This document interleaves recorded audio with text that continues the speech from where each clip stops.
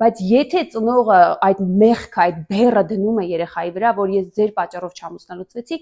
ինչ կարող էր երեխան անել, որ դուք դա իրեն ասում եք։ Եկեք մի պահ ընկերներ մտածենք,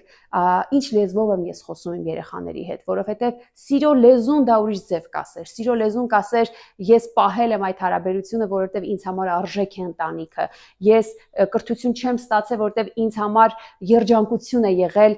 քեզ տալ իմ ամբողջական ժամանակը, իմ ամբողջ ուշադրությունը ուղղել քո խնամքին եւ հոգատարությանը, եւ ես այդ ընտրությունն եմ կատարել, որովհետև դու ինձ համար ավելի կարեւոր ես եղել, դու ինձ համար ավելի առաջնահերթ ես եղել։ Այո, ես ունեի ուրիշ ընտրություն, բայց ես հենց այդ ընտրությունն եմ կատարել, որովհետև ինձ համար դու ես կարևոր եղել, ինձ համար դա է կարևոր եղել, եւ այդտեղ երեխան իսկապես կհանդիպի սիրուն, կհանդիպի հոգատարությանը, նվիրումին, ոչ թե ինքը կմտածի, որ ես սխալմունք եմ, ես մեկն եմ, ում պատճառով իմ մաման դժբախտ է, իմ մաման երջանիկ չի եղել, իմ մաման չի կարողացել իրականացնել իր երազանքները, իր պահանջմունքները չի